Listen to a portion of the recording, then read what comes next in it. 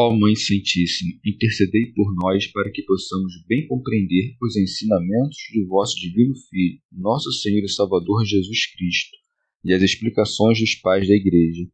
Ó Virgem Imaculada, ofereço-vos este trabalho e peço que abençoais aqueles que o ouvirem, e que seja para a maior honra e glória de Deus. Amém. Senhor onipotente, purificai o meu coração e os meus lábios. Vós, que purificastes os lábios do profeta Isaías com carvão em brasa, e dignai-vos, por tal modo, purificar-me com a vossa misericórdia, para que possa dignamente anunciar o vosso santo Evangelho. Por Jesus Cristo nosso Senhor. Amém. Senhor, abençoai-me. Que o Senhor resida no meu coração e nos meus lábios, para que anuncie digna e convenientemente o seu Evangelho. Amém. Evangelho de Nosso Senhor Jesus Cristo, segundo São Mateus. A verdadeira oração, o Pai Nosso. Nas vossas orações não useis de vãs repetições, como os gentios, porque imaginam que é pelo palavreado excessivo que serão ouvidos. Não sejais como eles, porque vosso Pai sabe do que tendes necessidade antes de lhe pedirdes. Portanto, orai desta maneira. Pai nosso que estais nos céus, santificado seja o teu nome. Venha o teu reino, seja feita a tua vontade, assim na terra como no céu. O pão nosso de cada dia dá-nos hoje, e perdoa-nos as nossas dívidas, assim como também nós perdoamos aos nossos devedores. E não nos submetais à tentação, mas livra-nos do mal. Pois, se perdoardes aos homens os seus delitos, também vosso Pai Celeste vos perdoará. Mas, se não perdoardes aos homens, vosso Pai também não perdoará vossos delitos. Comentários dos Pais da Igreja. Santo Agostinho.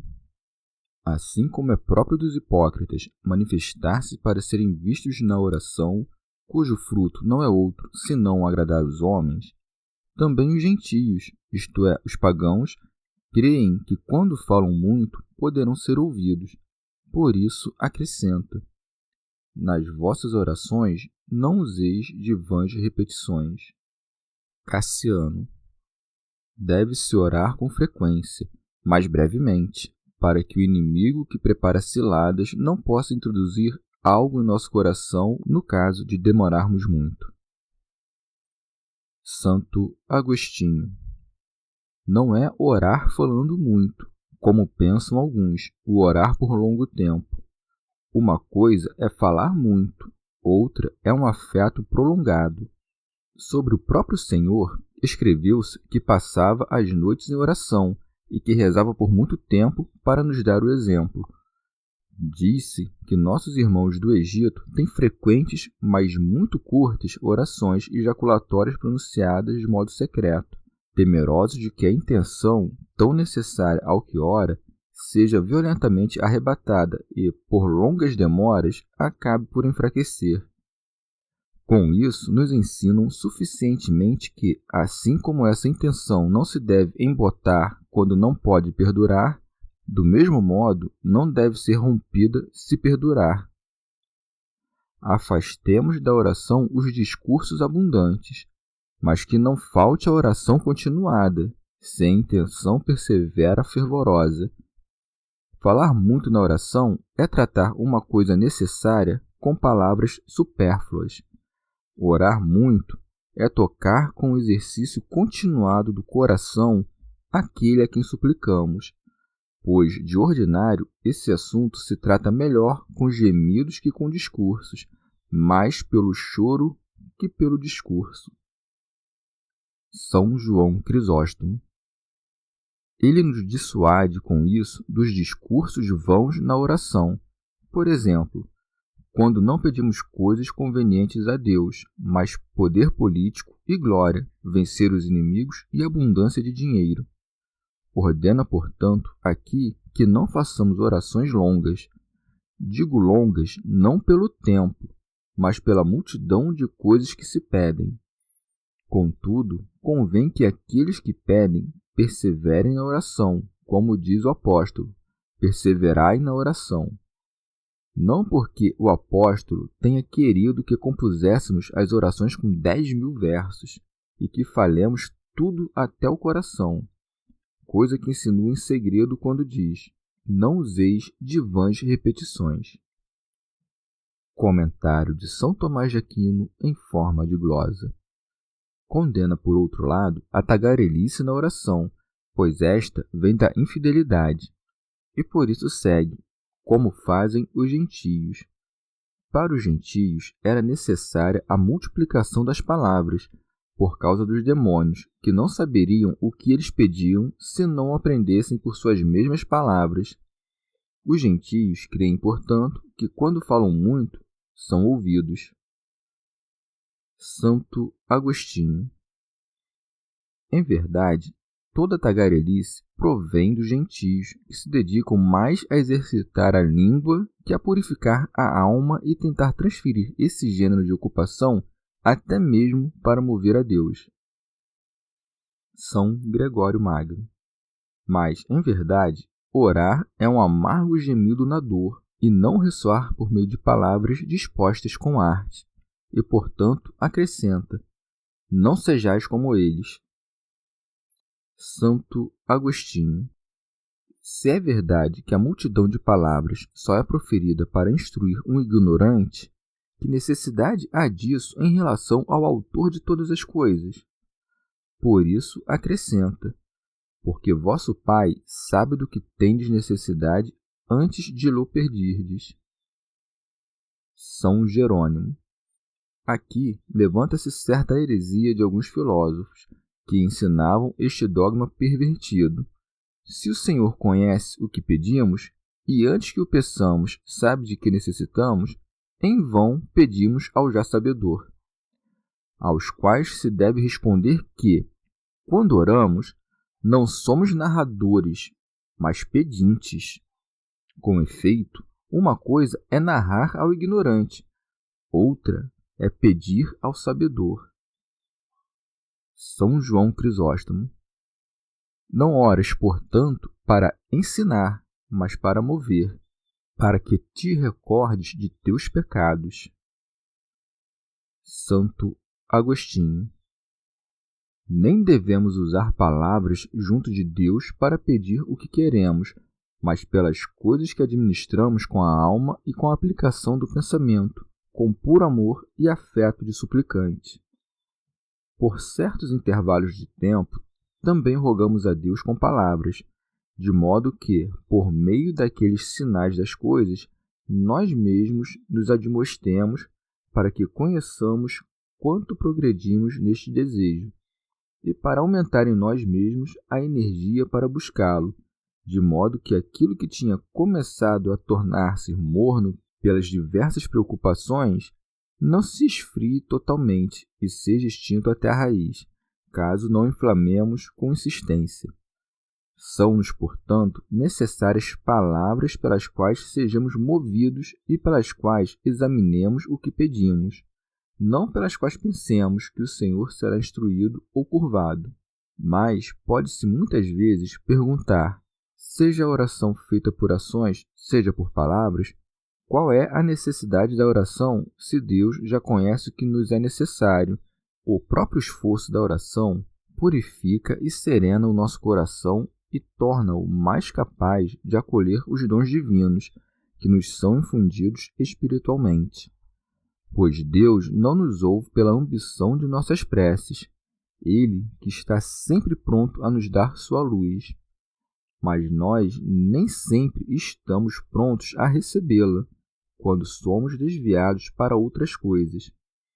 Na oração, faz-se, portanto, a conversão do corpo a Deus e a purificação do olho interior, quando são temporariamente afastadas aquelas coisas que desejávamos, de modo que a penetração de um coração puro possa receber a luz pura e nela permanecer com a alegria pela qual a vida bem-aventurada se aperfeiçoa.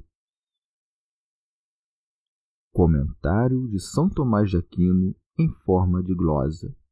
Entre os conselhos saudáveis e divinos com que Deus procura a felicidade dos que creem, propôs uma forma de orar e compôs orações em breves palavras, com a finalidade de que se tenha confiança em alcançar o que se quer rapidamente.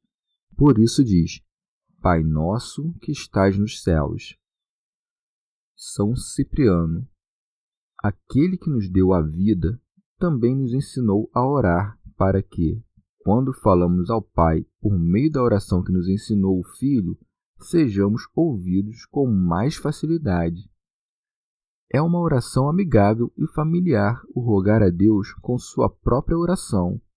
O Pai conhece as palavras de seu Filho quando rogamos a Ele, e como temos como advogado diante do Pai quando pecamos, quando nós, pecadores, rogamos por nossos delitos, devemos tomar as palavras de nosso advogado.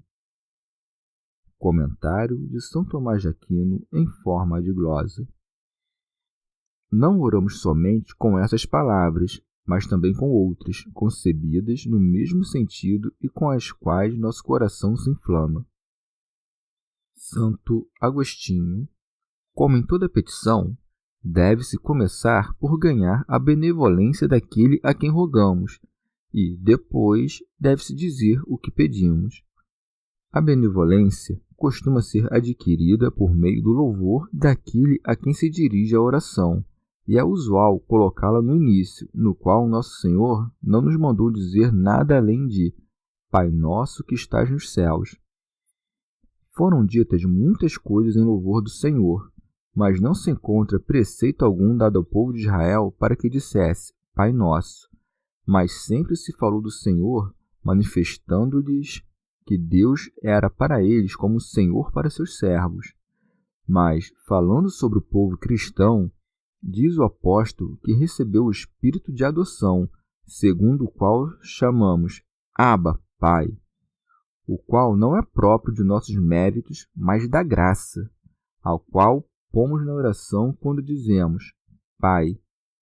Com esse nome, também se acende a caridade em nossas almas, o que deve ser mais amável para os filhos que um pai. Um afeto suplicante quando os homens dizem Pai Nosso, e uma certa confiança antecipada de que obteremos o que pedimos. O que não dará aos filhos que lhe pedem quem lhes concedeu antes que possam ser seus filhos? Enfim, com quão grande cuidado toca a alma para que o que diz Pai Nosso não seja indigno de tão grande Pai.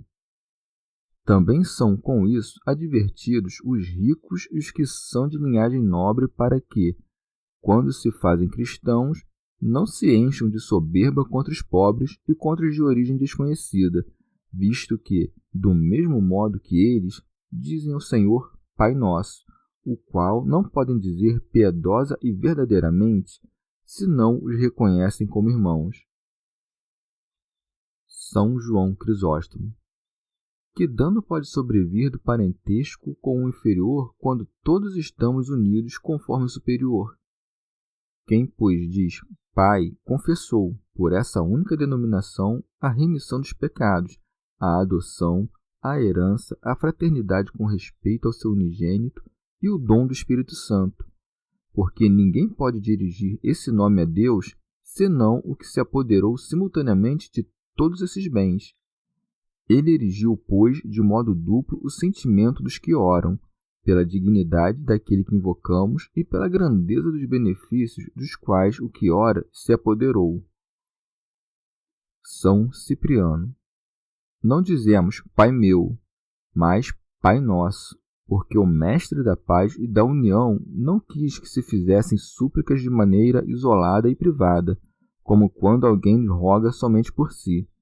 A oração é, para nós, pública e comum, e quando oramos, não rogamos por um só, mas por todo o povo, porque nós, todo o povo, somos um só. Quis o Senhor que cada um rogasse por todos os demais, assim como ele, sendo um, carregou a todos. Pseudo Crisóstomo. A necessidade nos obriga a rogar por nós mesmos e a caridade da fraternidade nos exorta a rogar pelo outro. É mais agradável diante de Deus a oração não quando é impulsionada pela necessidade, mas quando é recomendada pela caridade da fraternidade. Comentário de São Tomás de Aquino em forma de glosa. Disse, pois, Pai Nosso, porque é comum a todos e não Pai meu, que só convém a Cristo, o qual é Filho por natureza. Pseudo Crisóstomo. Acrescenta, pois, o Senhor, que estás nos céus, para que saibamos que temos um Pai celeste, e para que se corem de vergonha os que se põem debaixo de coisas terrenas, tendo um Pai nos céus. Cassiano. E para que marchemos com o mais alto desejo em direção àquela região na qual confessamos que nosso Pai habita. São João Crisóstomo. Quando diz nos céus, não confina a presença de Deus a esse lugar, mas eleva da terra o que ora, fixando-o nas mais altas regiões.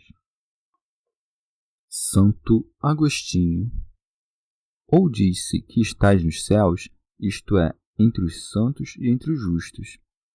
Com efeito, Deus não se contém no espaço limitado. Entendemos por céus as partes mais elevadas da natureza visível, e, se crêssemos que Deus os habita, diríamos que as aves morariam mais perto dele que os homens e que teriam mais mérito. No entanto, não está escrito: Deus está perto dos homens mais altos ou daqueles que habitam nos cumes dos montes, mas dos contritos de coração. Mas, assim como o pecador se chama terra, a quem se diz, tu és pó e em pó te hás de tornar, assim, pela razão contrária, se pode chamar céu o justo. Com toda propriedade, diz que estás nos céus. Com efeito, tanta distância parece haver, espiritualmente falando, entre os justos e os pecadores quanto há, corporalmente, entre o céu e a terra. Para significar isso, quando oramos, voltamo-nos em direção ao Oriente, onde o céu se levanta, não como se Deus estivesse ali, abandonando as demais partes do mundo, mas para que a alma seja advertida de que converter-se em uma natureza mais elevada, isto é, a Deus, quando o corpo, que é terreno, se volta para um corpo mais excelente, isto é, um corpo celestial. Convém, igualmente, que cada um conheça corretamente Deus com as suas faculdades, seja de crianças, seja de adultos, e por isso, aos que ainda não podem compreender as coisas incorpóreas, pode tolerar-se a opinião segundo a qual Deus está antes nos céus que na terra. Já se disse quem é aquele a quem se pede e onde habita. Agora vamos ver as coisas que se devem pedir. O primeiro que se pede é isso: santificado seja o teu nome. Não se pede assim porque o nome de Deus não seja santo, mas para que seja tido como santo pelos homens, isto é, que assim se dê a conhecer Deus, de modo que não se estime algo como mais santo. São João Crisóstomo. Ou manda o que ora rogar para que Deus seja glorificado por nossa vida, como se dissesse: faz com que vivamos de tal modo que todas as coisas te glorifiquem por meio de nós. Seja santificado é o mesmo que seja glorificado, e, portanto, digna uma oração a Deus que não pede nada antes da glória do Pai, mas que posponha tudo ao seu louvor. Pseudo Crisóstomo. Ou, de outro modo, não pedimos a Deus que ele seja santificado por meio de nossas orações, mas que seu nome seja santificado em nós. E porque diz: sede santos porque eu sou santo, isto é o que pedimos e rogamos, com a finalidade de que nós, que fomos santificados por meio do batismo, perseveremos sendo aquilo que começamos a ser. Santo Agostinho. Por que pedir a Deus essa perseverança se, como dizem os pelagianos, não é Ele quem a dá? Por acaso não seria também irrisória essa petição que solicita a Ele o que estamos seguros que não há de dar-nos, mas que, não sendo dada por Ele, se acha em poder do homem? São Cipriano. Também pedimos todos os dias que seja santificado. Necessitamos da santificação continuamente, porque nós, que pecamos todos os dias, devemos nos purificar de nossos pecados por meio de uma santificação contínua. Comentário de São Tomás de Aquino em forma de glosa. De maneira adequada, se segue que, depois de termos sido adotados como filhos, peçamos o reino que se deve aos filhos. Por isso prossegue: venha o teu reino. Santo Agostinho. Isso não quer dizer que Deus não reine agora na terra, porque sempre reinou sobre ela. A palavra venha significa que se manifeste aos homens. A ninguém será lícito desconhecer o reino de Deus, uma vez que seu unigênito, não só de maneira inteligível ou espiritual, mas também de maneira visível, haverá de julgar os vivos e os mortos. Este dia do juízo futuro, ensina o Senhor, virá quando o Evangelho tiver sido pregado a todos os povos. Fato este que se refere à santificação do nome de Deus. São Jerônimo. Ou se pede de maneira geral que reine em todo o mundo, a fim de que o diabo deixe de reinar no mundo, ou que Deus reine em cada um e não reine o pecado no corpo mortal dos homens. Pseudo Crisóstomo. Ou pedimos que nos venha de Deus nosso reino, segundo nos foi prometido e foi adquirido com o sangue de Cristo, para que nós que antes neste mundo servíamos a Cristo, reinemos depois quando ele reinar. Santo Agostinho. O reino de Deus virá, queiramos ou não, mas despertamos nosso desejo em direção àquele reino, de modo que venha para nós e que nele reinemos. Cassiano. Ou porque o homem santo conheceu, pelo testemunho de sua consciência, que, quando for visível o reino de Deus, dele será participante. São Jerônimo. Deve-se notar, no entanto, que é próprio de uma grande audácia e de uma consciência pura pedir o reino de Deus e não temer o juízo. São Cipriano. Pode ser também que o mesmo Cristo seja o reino de Deus que todos os dias desejamos que venha e cuja advinda move nosso desejo logo que o pensamento nos apresenta. Pois, uma vez que ele mesmo é a ressurreição e que nele ressuscitamos, assim também pode-se compreender o reino de Deus, porque nele reinaremos. Sensatamente, pedimos o reino de Deus, isto é, o reino celeste, porque também há um reino terrestre. Mas o que já renunciou ao mundo é maior que todas as suas honras e que seu reino. Portanto, o que se consagra a Deus e a Cristo não deseja os reinos da terra, mas os do céu. Santo Agostinho. Quando se pede dizendo, venha a nós o teu reino, que pedem os que já estão santificados, senão a perseverança naquela santidade que já se lhes concedeu? Não de outra maneira virá o reino de Deus, que certamente há de vir, para aqueles que perseveram até o fim. Naquele reino de bem-aventurança se aperfeiçoará a vida feliz dos santos, como agora sucede com os anjos que estão nos céus. E, portanto, depois daquela petição em que dizemos, venha o teu reino, se segue, seja feita a tua vontade, assim na terra como no céu.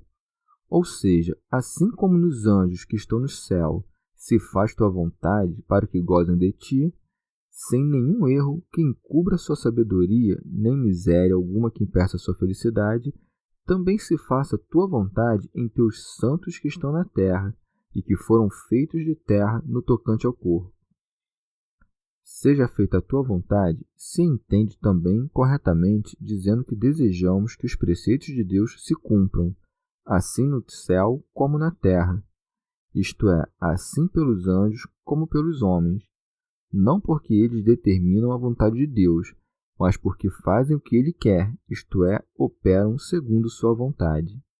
São João Crisóstomo. Vede, no entanto, uma consequência ótima. Depois de ter nos ensinado a desejar as coisas do céu por essas palavras, venha a nós o teu reino, antes de chegar ao céu, nos ensina a fazer da terra céu com estas palavras, seja feita a tua vontade, assim na terra como no céu. São Jerônimo. Que correm de vergonha por esta sentença os que mentem cotidianamente dizendo que há quedas no céu. Santo Agostinho. Ou, assim no céu como na terra, isto é, assim como nos justos, também nos pecadores, como se dissesse: assim como fazem tua vontade os justos, façam-na também os pecadores, para que se convertam a ti. Ou, de outro modo, para que possa dar-se a cada um o que é seu, como ocorrerá no juízo final. Também podemos conhecer que por céu e terra se entendem o espírito e a carne. E uma vez que diz o apóstolo: eu mesmo sirvo a lei de Deus com o espírito e sirvo a lei do pecado com a carne, devemos compreender que a vontade de Deus é feita no espírito. Assim sucede naquela transformação que se promete aos justos. Faça-se a vontade de Deus, assim na terra como no céu, isto é, assim como o espírito não resiste a Deus, também não resiste ao corpo, ao espírito. Ou, de outro modo, assim na terra como no céu, isto é, assim como no próprio Cristo, também na Igreja. Assim como no varão que cumpriu a vontade do Pai, também na mulher com que foi esposado. Convenientemente, se interpretam o céu e a terra como se fossem um homem e uma mulher, uma vez que a terra é frutífera quando fecundada pelo céu.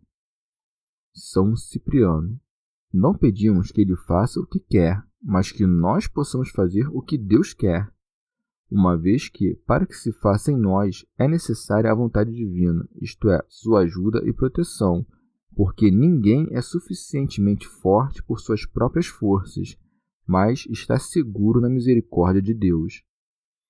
São João Crisóstomo. A virtude não é somente própria de nosso ardor, mas também de uma graça superior. Por isso, se nos manda aqui a cada um de nós que oremos por todo mundo, e não disse: seja feita a tua vontade em mim ou em nós, mas em toda a terra, para que tanto desapareça o erro como a verdade seja semeada, a malícia desterrada e a virtude devolvida e, assim, já não difira o céu da terra. Santo Agostinho. Nisto se manifesta claramente, em oposição ao que dizem os pelagianos, que o princípio da fé é um dom de Deus, quando a Santa Igreja roga pelos não infiéis para que comecem a ter fé. Como a vontade de Deus já se cumpriu nos santos, quando ainda pedimos que se cumpra, que outra coisa pedimos, senão que perseverem no que começaram a ser? Pseudo Crisóstomo. Deve considerar-se como dito a todos o que diz, assim no céu como na terra. Isto é, santificado seja teu nome, assim no céu como na terra.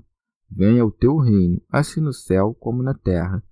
Faça-se tua vontade, assim no céu como na terra. E considera com quanta precaução falou. Não disse, pois: Pai, santifica teu nome em nós. Venha teu reino sobre nós, faz tua vontade em nós. Nem disse outra vez: santifiquemos teu nome, recebamos teu reino, façamos tua vontade, para que não parecesse que isso era obra exclusiva de Deus ou do homem. E por isso disse de maneira moderada e impessoal, porque assim como o homem não pode agir bem sem a ajuda de Deus, também Deus não pode operar o bem no homem a não ser que este queira. Santo Agostinho. Estas três coisas que se pedem nas petições anteriores começam aqui e quanto mais progredimos, mais aumentam em nós. Será, na verdade, perfeitamente possuído aquilo que se deve esperar na outra vida. Nas outras 4 petições que se seguem, pedem-se coisas temporais necessárias para conseguir a vida eterna. O pão, que convenientemente se pede aqui, é necessário, por isso segue: o pão nosso de cada dia dá-nos hoje. São Jerônimo. O que chamamos aqui de necessário para o sustento da vida, supersubstantialis, em grego se diz epiosium, em lugar do qual dizem com muita frequência os 70 intérpretes periosium. Consideramos, portanto, o texto hebraico, e em todos os lugares em que aqueles expressaram a palavra periosium, encontramos a palavra sogola, que Símaco traduziu por exaireton, que quer dizer principal ou egrégio, conquanto em certo lugar o tem interpretado como peculiar. Quando pedimos, pois, que Deus nos conceda o pão peculiar ou principal, pedimos aquele de quem fala o Evangelho de João quando diz: Eu sou o pão vivo que desceu do céu. São Cipriano. Cristo, com efeito, é o pão da vida, e este pão não é o pão de todos, mas o pão nosso. Pedimos todos os dias que se nos dê este pão para que nós, que estamos em Cristo e recebemos a Eucaristia todos os dias, não sejamos proibidos, por algum grave delito que o impeça, de nos aproximar do pão celeste e não sejamos separados do corpo de Cristo. Pedimos, pois, que nós, que permanecemos em Cristo, não nos separemos de sua santificação e de seu corpo. Santo Agostinho. Os santos pedem ao Senhor a perseverança, quando pedem que não sejam separados do corpo de Cristo, mas que perseverem naquela santidade e não cometam pecado algum.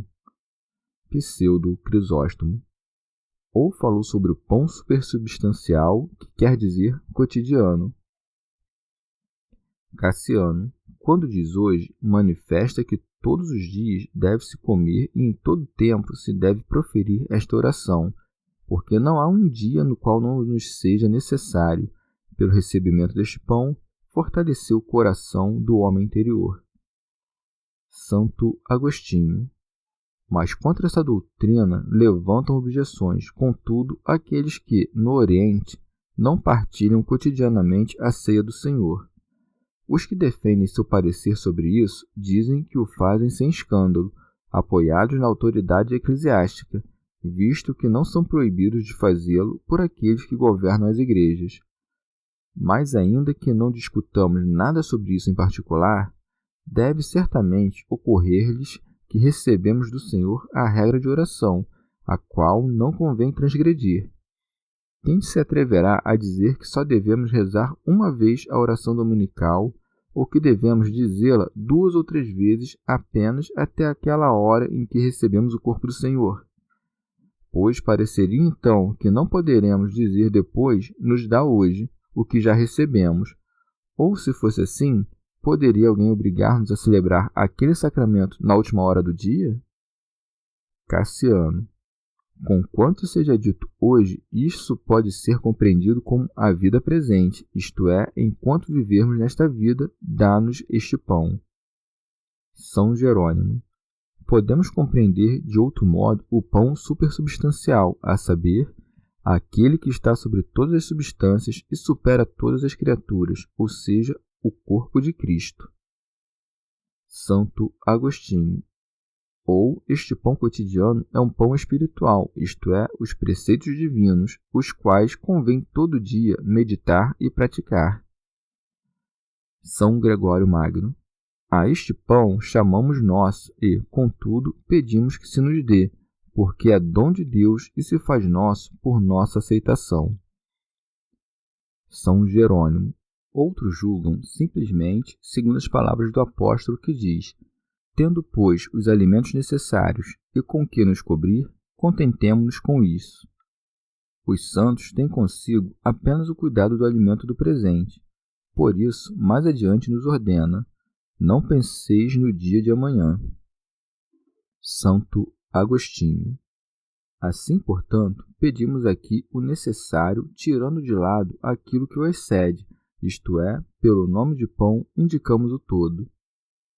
Pseudo Crisóstomo.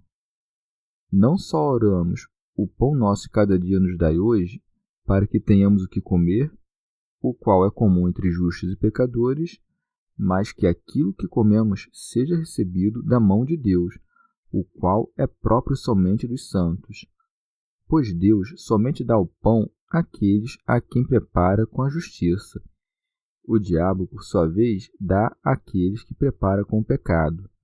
E assim, no mero fato de ser Deus quem dá este pão, recebe-se o santificado. Por isso, nesta oração se acrescenta nosso, isto é, o que nós preparamos, dá-nos para que seja santificado por ti.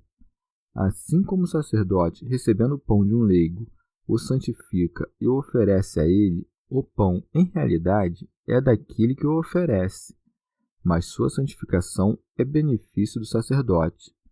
Diz nosso por 2 razões. Primeiro, porque tudo que o Senhor nos dá, o dá aos outros por nós, para que demos parte do pão que recebemos aos mais fracos. Os que, de seus trabalhos, oferecem aos indigentes, não comem somente seu pão, mas também o alheio. Em segundo lugar, o que come o pão adquirido com justiça, come seu próprio pão, mas o que o come com pecado, come o pão alheio. Santo Agostinho. Talvez alguém se admire diante da razão pela qual rogamos para alcançar as coisas que são necessárias para a vida, como a comida e a vestimenta, uma vez que o Senhor nos instruiu: não vos preocupeis demasiadamente acerca do que haveis de comer, nem acerca do que haveis de vestir. Não se pode, contudo, deixar de estar preocupado com aquilo por cuja aquisição se ora. O que não quer mais do que as coisas necessárias para a vida não quer senão o conveniente. Estas coisas necessárias não são desejadas por si mesmas, mas pela saúde do corpo e pela postura conveniente, para que viva com decoro entre aqueles com quem se deve viver. Quando alguém possui estas coisas, deve rogar para conservá-las, e quando não as possui, para consegui-las. São João Crisóstomo. Deve-se considerar, pois, que depois de dizer seja feita a tua vontade, assim na terra como no céu, como falava a homens que viviam na terra, vestidos de carne, e como não pudessem ter a mesma impassibilidade dos anjos, condescende com nossa debilidade que indispensavelmente necessita de alimento. E nos mandou fazer oração para obter o pão, não para obter dinheiro nem as coisas próprias da lascívia, mas somente o pão cotidiano, e nem isto é suficiente, mas acrescentou nos dá hoje, para que não esgotemos a nós mesmos com a preocupação do dia que há de vir. Pseudo Crisóstomo. À primeira vista, parece que o verdadeiro sentido destas palavras consiste em que os que dizem isso não devem preparar coisa alguma para o dia seguinte, o qual, se assim fosse, tornaria esta oração conveniente a poucos, isto é, aos apóstolos, que andavam durante todo o tempo por todos os cantos para ensinar, ou talvez a ninguém. Devemos, no entanto, adaptar a doutrina de Cristo de modo que todos nela progridam. São Cipriano. O discípulo de Cristo, portanto, deve pedir esta comida divina, não estendendo seu pedido em uma longa lista de necessidades, coisa que seria autocontraditória, uma vez que buscaríamos permanecer muito tempo neste mundo, nós que pedimos que o reino dos céus venha rapidamente. Ou acrescenta de cada dia, para que cada um coma quanto exige a razão natural e não quanto instiga a lascívia da carne. Se em um banquete gastas tanto quanto podes necessitar para 100 dias, já não comes o alimento cotidiano, mas o de muitos dias. São Jerônimo. No evangelho intitulado Segundo os Hebreus, se encontra, para designar o pão supersubstancial, a palavra moar, que quer dizer de amanhã, de modo que o sentido é o seguinte: o pão nosso de amanhã, isto é, futuro, dá-nos hoje. São Cipriano. Depois de pedir o recurso do alimento, pede-se o perdão do pecado, para que o que é alimentado por Deus, vive em Deus, já não se ocupe somente da vida presente, mas da eterna, a qual se pode chegar se os pecados são perdoados, os quais Deus chama nossas dívidas, assim como diz em outro lugar: perdoei toda a tua dívida porque me o pediste. Perdoa-nos as nossas dívidas. Por isso, necessária e saudavelmente, somos advertidos nós, pecadores, porque somos obrigados a rogar por nossos pecados, e para que não haja quem se coloque como inocente e exaltando-se, mas pereça, é-nos ensinado que pecamos todos os dias, uma vez que ordena-se-nos que oremos todos os dias por nossos pecados. Santo Agostinho. Com este dardo se traspassam os hereges pelagianos, que se atrevem a dizer: o homem justo não tem pecado algum nesta vida, e em tais homens já existe, no tempo presente, a Igreja, que não tem mancha nem ruga. São João Crisóstomo. Que convém aos fiéis esta oração é o que nos ensina as leis da Igreja e o princípio da oração, que nos ensina a chamar Deus de Pai. Logo, ele que ordena aos fiéis que peçam perdão de seus pecados, demonstra, contra os novacianos, que depois do batismo se perdoam os pecados. São Cipriano, o que nos ensinou a orar por nossos pecados, nos prometeu a misericórdia do nosso Pai, mas acrescentou claramente uma lei, obrigando-nos, com uma clara condição, a pedir que se nos perdoem nossas dívidas, segundo nós perdoamos nossos devedores. E isto é o que diz, assim como também nós perdoamos aos nossos devedores. São Gregório Magno. O bem que pedimos a Deus com contrição, concedemo-lo desde logo ao próximo, desde o primeiro momento de nossa conversão. Santo Agostinho.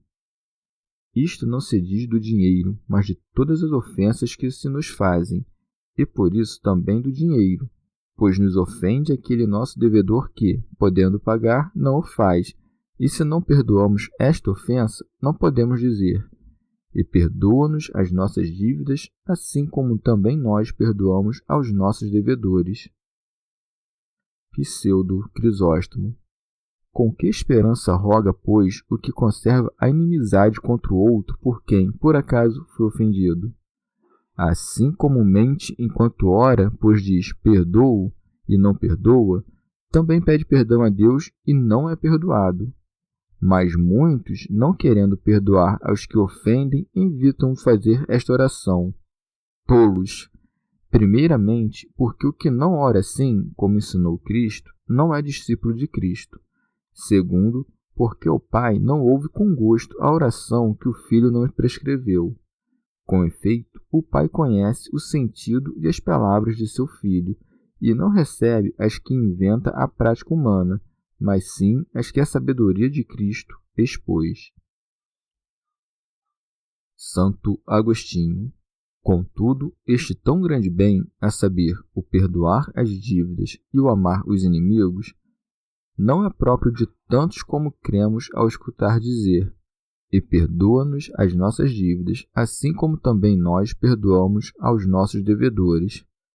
Sem dúvida, cumprem-se as palavras desta promessa naquele homem que, mesmo não sendo tão proficiente a ponto de amar seu inimigo, contudo, quando o homem que o ofendeu lhe roga para que seja perdoado, perdoa-o de coração, querendo, por sua vez, que se lhe perdoe quando ele o pedir. Mas aquele que roga a um homem a quem ofendeu, se é movido a rogar-lhe por sua própria culpa, não pode mais considerar-se como seu inimigo, para que lhe seja difícil amá-lo, como era quando a inimizade se encontrava em seu período ativo. Pseudo Crisóstomo. Como o Senhor havia ordenado antes aos homens que dissessem coisas magníficas, como chamar a Deus seu Pai e pedir que seu reino venha a eles, agora se acrescenta o ensinamento da humildade, quando se diz: e não nos submetas à tentação, mas livra-nos do mal. Santo Agostinho. Alguns registros têm escrito: e não nos leves à tentação, o qual creio que seja equivalente, porque uma e outra coisa foram traduzidas do grego Isenenques. E muitos interpretando dizem o seguinte: não permitais que sejamos conduzidos à tentação, explicando como se deve entender a palavra destes. Deus não conduz por si mesmo à tentação, mas permite que seja levado aquele de quem retira seu auxílio. São Cipriano. Aqui se mostra que o inimigo nada poderá contra nós, a não ser que Deus antes o permita, para que todo o nosso temor e devoção se convertam a Deus. Santo Agostinho. Uma coisa é ser levado à tentação, outra é ser tentado, pois ninguém pode ser provado sem tentação, seja tentado por si mesmo ou por outro. Cada um é perfeitamente conhecido por Deus antes de sofrer qualquer tentação. Não se pede, pois, que não sejamos tentados, mas que não sejamos levados à tentação, como no caso de alguém a quem fosse necessário ser provado por meio do fogo. Este alguém não ora para não ser tocado pelo fogo, mas para não ser consumido por ele. Somos, com efeito, conduzidos à tentação se sobrevierem aquelas que não podemos suportar. Quando dizemos, pois, não nos deixes cair em tentação, aconselha que peçamos isto para que não ocorra que, abandonados por sua ajuda, ou consintamos, apanhados pela armadilha com esta tentação, ou abatidos, cedamos a ela. São Cipriano, no qual somos advertidos de nossa inconstância e de nossa fraqueza, para que ninguém, de maneira insolente, se encha de orgulho, para que, enquanto se desenvolve um testemunho humilde e submisso, e tudo é dado a Deus, seja o que for que peçamos de modo suplicante, seja concedido por sua piedade. Santo Agostinho. Quando os santos pedem, não nos deixeis cair em tentação, que outra coisa pedem, senão a perseverança na santidade? Com esta graça concedida por Deus, como se demonstra em realidade que é um dom de Deus quando se pede a Ele, não há nenhum dos santos que não obtenha a perseverança na santidade até o fim, assim como ninguém deixa de perseverar em seu propósito de ser bom cristão, se antes não é levado à tentação. Portanto, pedimos que não sejamos levados à tentação para que isto não ocorra. E se não ocorre, é porque Deus não o permite. Nada se faz senão o que Ele mesmo faz ou permite que suceda. Ele pode muito bem fazer que as vontades se separem do mal e se inclinem ao bem, e que o caído se converta e se dirija ao caminho agradável a Ele, a quem não em vão se diz: não nos deixeis cair em tentação. Porque o que não é levado à tentação por sua má vontade, não pode ser levado a nenhuma outra tentação. Cada um é tentado pela sua própria concupiscência, segundo diz Tiago. Deus quis, pois, que lhe pedíssemos a não ser levados à tentação, o qual poderia conceder-nos mesmo se não o pedíssemos, porque quis que conhecêssemos de quem recebíamos os benefícios. Esteja, pois, a Igreja atenta às suas orações cotidianas. Ela ora para que os crentes perseverem. Deus, portanto, dá perseverança até o fim. Devemos pedir não somente o não cair no mal, quando não caímos, mas também o livrar-nos dele quando caímos. Por isso segue: mas livra-nos do mal. São João Crisóstomo. Ou a que se chama mal o demônio, por sua excessiva malícia, que não provém de sua natureza, mas de sua escolha. E porque este declarou-nos uma guerra implacável, o Senhor diz: livra-nos do mal. São Cipriano. Depois de todas as coisas já ditas, ao final da oração vem a cláusula que conclui todas as nossas preces, reunidas de modo conciso. Nada resta que se deva pedir ao Senhor quando já pedimos a proteção de Deus contra todo o mal, e qual, uma vez obtida, já podemos considerar-nos seguros contra todas as coisas que o diabo e o mundo possam fazer. Que medo pode causar-nos o mundo se nele temos a Deus como defensor? Santo Agostinho. E isto que está posto por último na oração do Senhor tem sentido tão claro que o homem cristão, colocado em qualquer tribulação, nisto deve soltar seu gemido e derramar suas lágrimas. Daqui deve começar, aqui deve terminar a sua oração. De onde segue Amém, por onde se exprime o desejo do que ora. São Jerônimo. Amém, pois, que consta no final do escrito, é a marca distintiva da oração do Senhor, palavra que Áquila traduziu como fielmente, e que nós podemos também dizer verdadeiramente. São Cipriano. O que há de estranho se tal oração é a que Deus ensinou, que com sua lição abreviou todas as nossas preces em um saudável modo de expressão. Daqui o que tinha sido predito por meio de Isaías: Deus fará um discurso abreviado sobre a terra.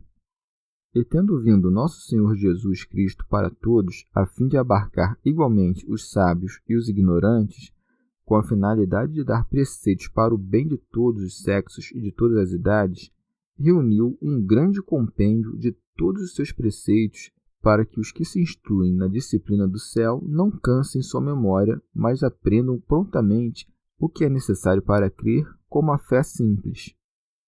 Santo Agostinho.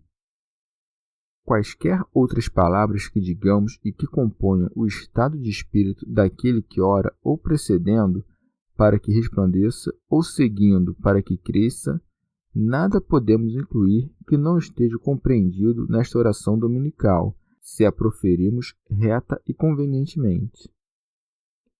O que diz, pois, como eclesiástico, seja glorificado entre todas as nações, assim como foi glorificado em nós, que outra coisa diz, senão que santificado seja o teu nome? O que diz, encaminhas os meus passos segundo a tua palavra, como Davi, que outra coisa diz mais que seja feita a tua vontade? O que diz, mostra-nos sempre o teu rosto para que sejamos salvos, que outra coisa diz, senão, venha a nós o teu reino? O que diz, não me deis nem a pobreza nem as riquezas, como autor dos provérbios, que outra coisa diz, senão, o pão nosso de cada dia nos dá hoje? O que diz, lembra-te, Senhor, em favor de Davi, de toda a sua solicitude?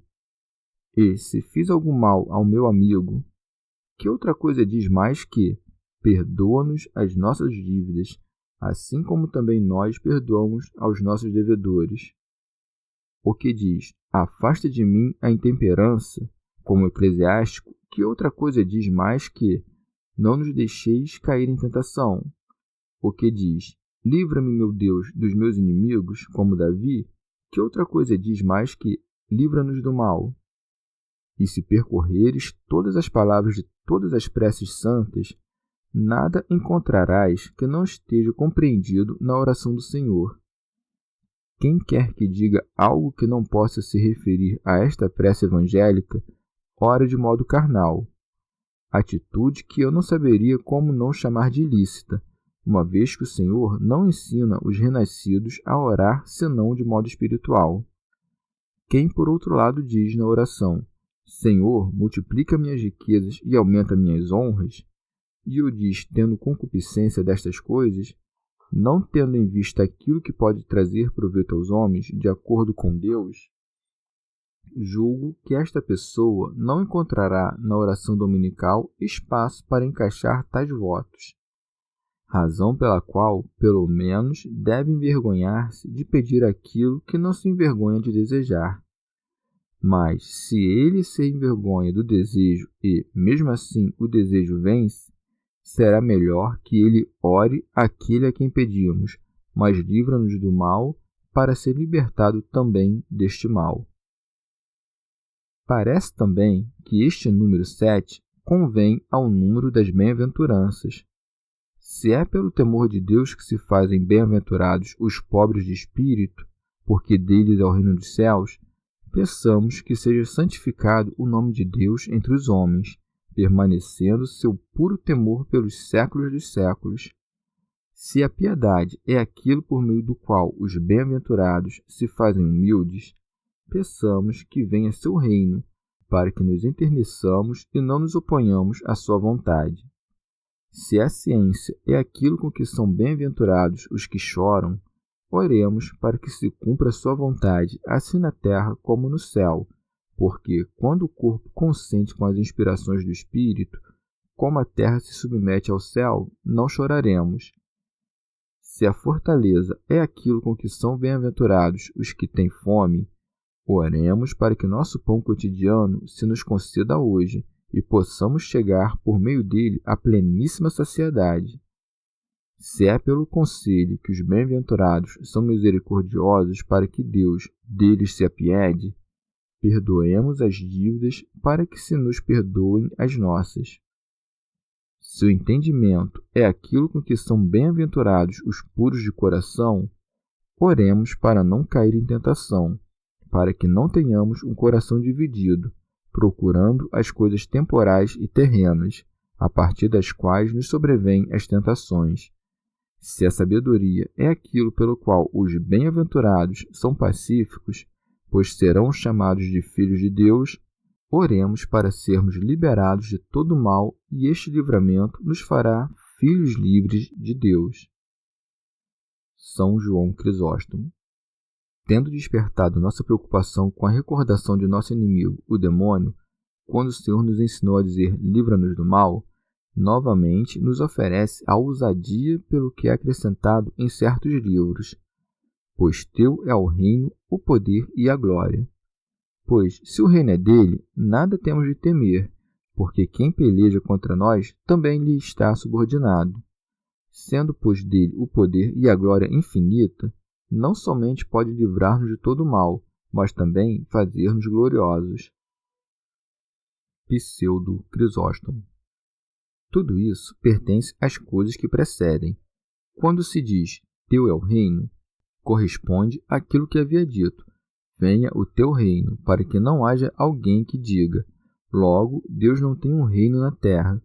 E quando se diz e o poder, corresponde àquilo que se havia dito: seja feita a tua vontade, assim na terra como no céu, para que não haja quem diga que Deus não pode fazer tudo o que quer.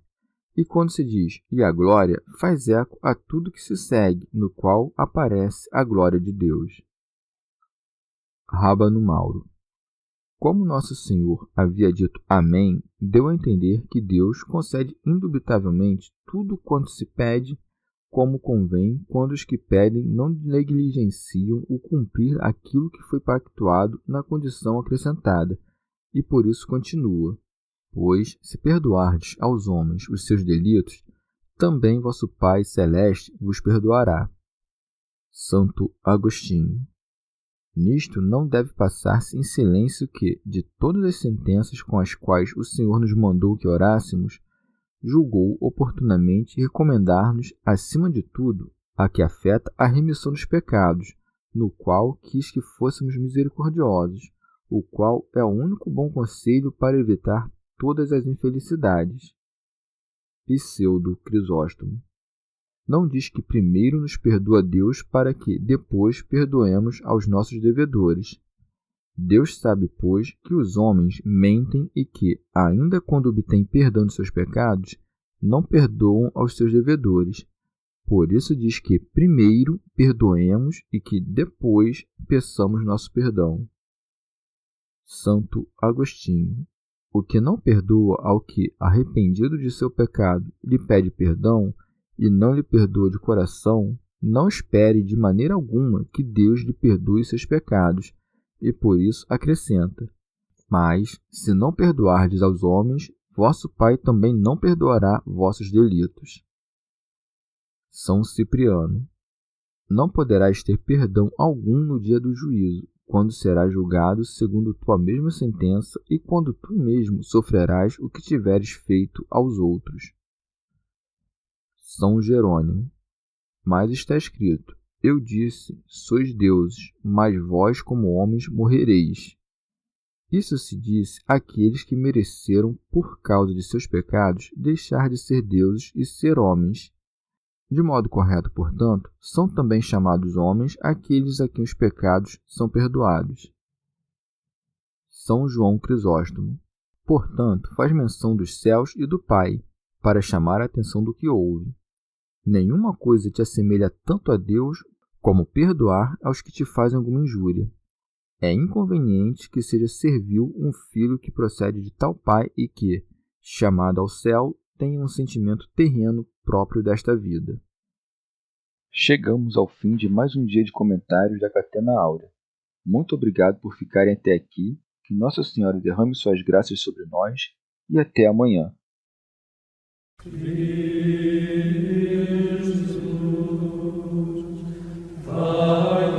Christus,